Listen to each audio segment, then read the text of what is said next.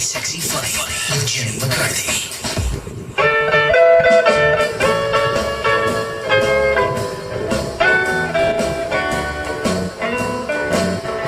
You're cheating on. Welcome back to Dirty Sexy Funny. I'm Jenny McCarthy.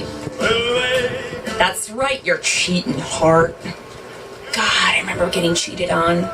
It was the worst experience ever. I was in 8th grade, and my boyfriend, Bobby, said he was going to the mall, so he couldn't come over.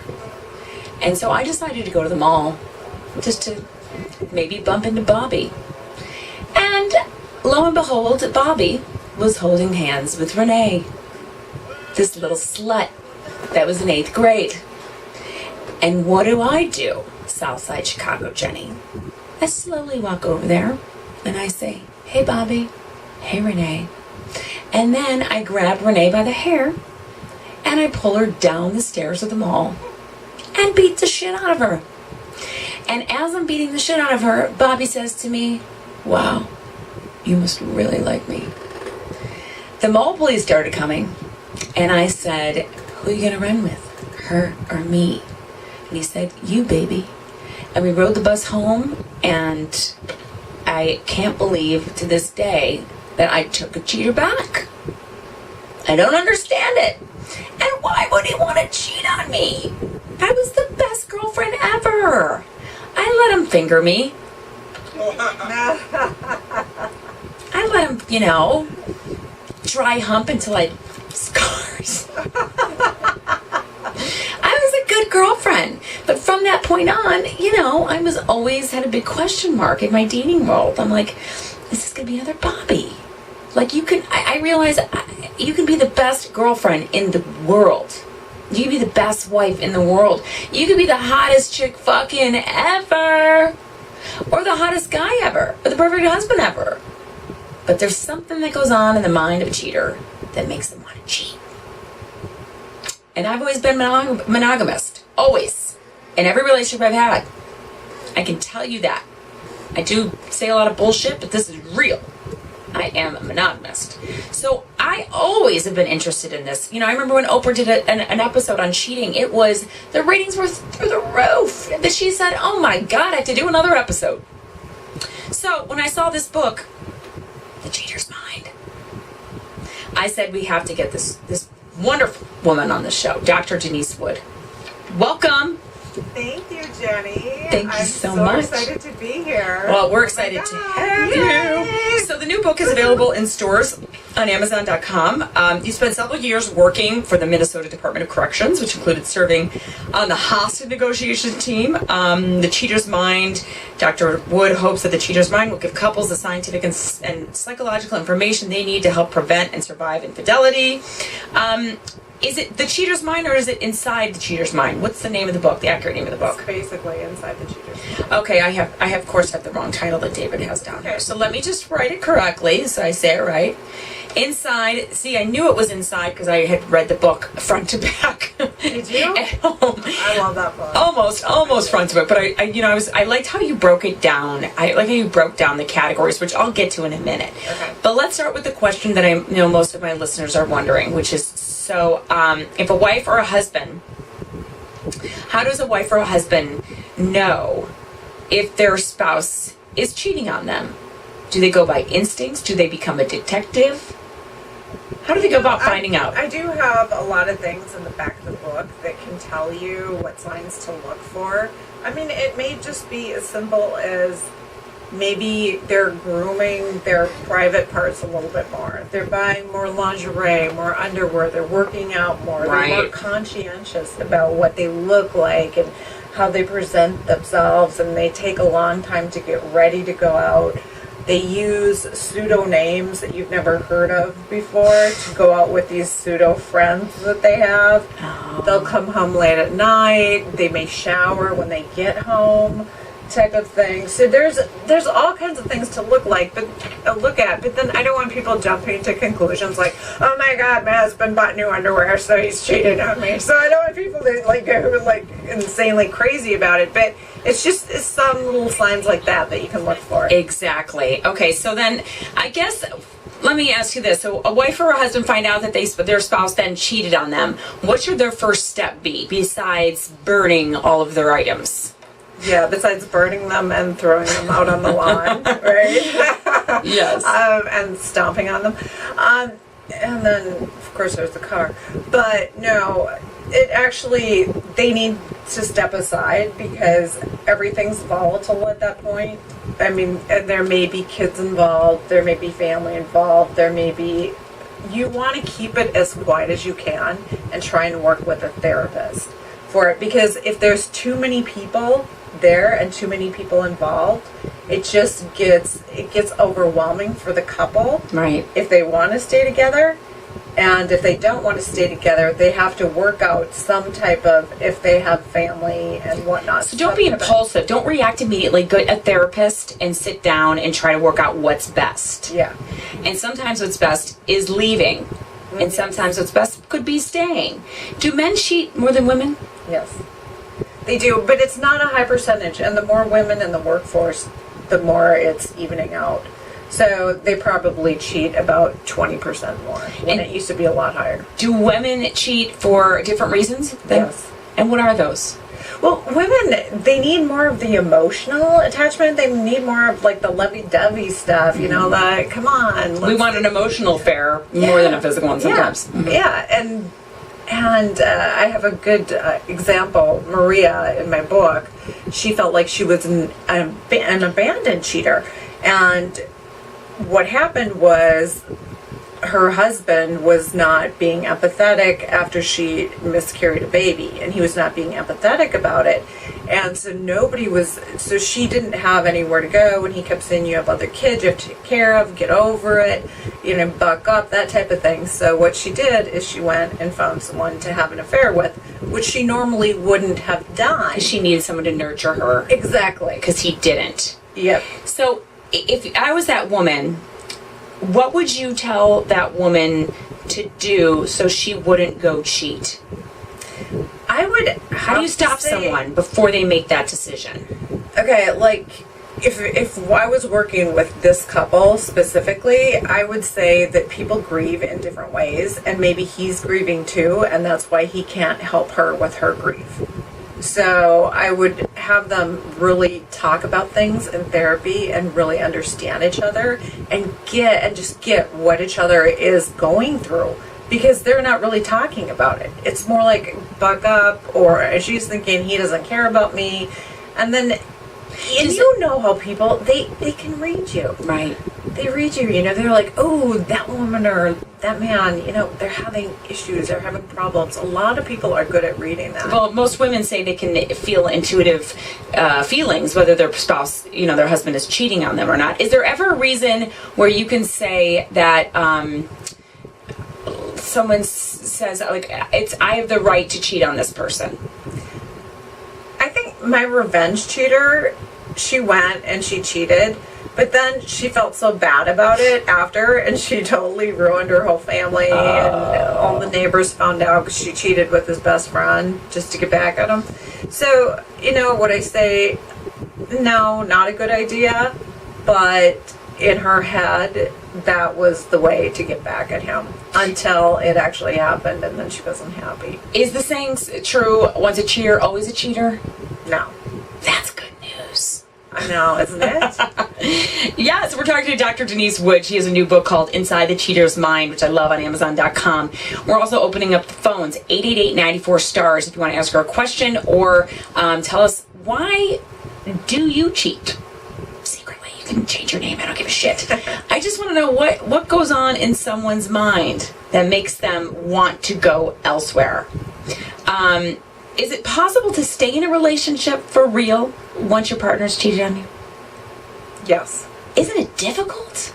Yeah. I think that's the hardest thing ever. How do you ever, like, I'll hold the fact that someone didn't forget my birthday, let alone they stuck their dick somewhere else. I couldn't imagine. Exactly. No, exactly. It is. I mean, it's the hardest job you'll ever have to go through in your life. But think about how hard we work at work, how hard we work with our kids, how hard we work in different aspects of our life, how hard we work when we go to work out. I mean, let's face it, sometimes we just put marriage on the back burner. So it's a broken system. Right. So you That's just true. have to sit down and figure it out. Well, I know a lot Where of did we times, looking at my sister and stuff, we have babies as women. Yeah. And, you know, I tried to tell my sister this. I'm like, of course we have this natural instinct to give our entire lives to our kid. And we literally put us second. Our armpit hair grows, or we have roots, we get fat, we smell like puke, and we forget that we're also supposed to be a wife. Not that gives any guy an excuse, but you have to take your own accountability too sometimes and go like, there are guys that do feel completely ignored, but they're also the guy that I would say to the guy, have some fucking compassion and some empathy for what the woman is going through. You know, we just gave birth. She's trying to raise our child. So both sides, I feel like, should always have accountability. Don't you? Yeah, no, I really do. I had a couple that the wife would sleep with the child and the dog, like a big old dog, like I don't know, Saint Bernard or something, like in the bed every night. And she'd go to bed at 8 o'clock with her son, and so her husband had to go sleep in a different room. Now this is like an every night sort of thing. It's just not once in a while. That's you know, not we're cool. having a nightmare or there's a storm outside. It's like an every night sort of thing. So he was feeling really left out, but he did the right thing. Instead of cheating, he came and talked to a therapist. Brilliant. Yeah. If you're feeling like you need to go do something like that, talk to somebody. We have people on the phone that want to talk to you. Let's go to line 2. Candy. Hey, Candy, thanks for calling Dirty, Sexy, Funny. It's Jenny. We've got Dr. Denise Wood here. What you got for us, girl? Hey, Candy. Oh, I'm sorry. Is it me? It's your turn. It's Jenny. Okay, hi. My husband is actually having affairs with men, and he says he loves me. I don't know what to do. I don't know if it's real or I don't know. I'm kind of in shock. Does he want to stay in the relationship with you, or is he leaving you for another man? No, he actually wants me to let him do this and then still be with me, and I can't do it. How about I'm going to pass this one over to Dr. Denise Wood. And I'm going to pass it back to Jenny. Just kidding. What do you think? How can you help her? Okay, the down low cheaters are in my book. There are people who want to maintain the look, And appearance. and if you know what I'm talking about, the look and the appearance of a quote-unquote normal, happy family. But they're attracted to members of the opposite sex. Do you two still have sex? No. As soon as I found out, I had everything. I went and had all the stuff done. And I don't feel I can go back to him. I mean, Candy, yeah, I don't blame you. I wouldn't want to be a beard. Yeah. Doctor, That's what I found out I am, is a beard. I had to do some research, and that's what I found out that I truly am. Yeah. would you recommend to girls like Candy to get out and you deserve better? That's what I want to tell her. I would have to say that he is basically telling you what he needed to tell you, and yes, you are living in a faux marriage because you may be best friends, but the sexual part is not there for you. It doesn't seem like it's there for him. So I would have to say, Candy, it might be time to move on. Yes, you deserve love, girlfriend. That's what I have to say. You deserve love, so move on. And good sex. Exactly. We're gonna move on to the next caller. There's so many people calling. 888-94-STARS. Let's go to Casey in Indiana on line 3. Hey there, Casey. It's Jenny and Dr. Wood. How can she help you? Hi, Jenny. Hi. Well, I have a situation. My husband is addicted to downloading apps on his phone, or even finding girls on Craigslist and texting them. I found this out about a year ago. I got out of active duty military and I was pregnant, and I moved to the state that he decided to move to because we had separated for a little bit. So I moved to the state he wanted to, and to reconcile our marriage, and I was pregnant with our second child. And I just had this, feeling like I knew something was going on. So one night I checked his phone, and I found all these, girls' names and things, and then I started looking into my phone records and seeing that pictures were exchanged between these people. One girl actually lives here, and later finding out he did sleep with her. Had to do some PI work, though. I feel like a detective. And then it wasn't just there was a couple girls here. One he actually slept with, and then the rest of the girls were on this app, the TikTok. Okay, so he's a cheater.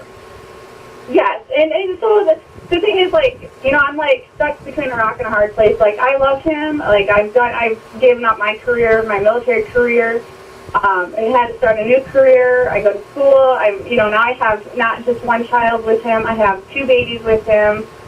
So it's I talk to people, and they're like, you should divorce him. I just can't bring myself to divorce him. I don't know why. I'm so independent. I can live without him. I know I can. But is it because you want to prove to him that you are good enough, and that you?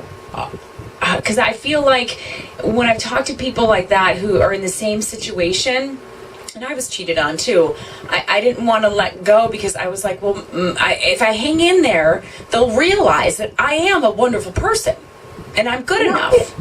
I think mine is more I feel like if I give up, I'm letting my kids down, because I'm breaking our family. I think that's more what it is. If there was no kids involved, I would have long left him long ago, because we have other issues in our marriage that we've had to overcome. And then this was just the step that I was oh, we're finally going to be happy. And then I moved to the new location, and 2 months later I'm 6 months pregnant, and I find this, and I'm wow, why couldn't you tell me this a year ago?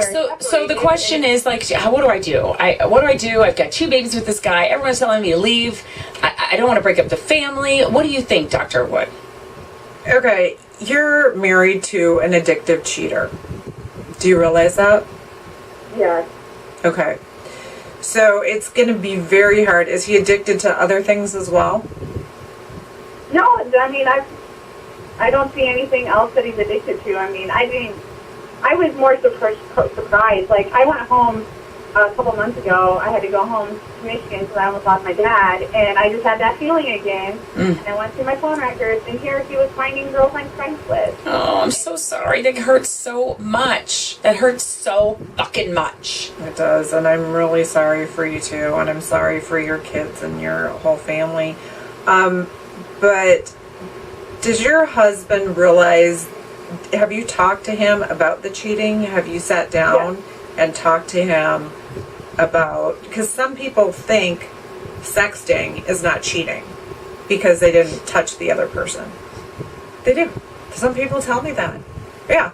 Or they're like, I didn't touch him.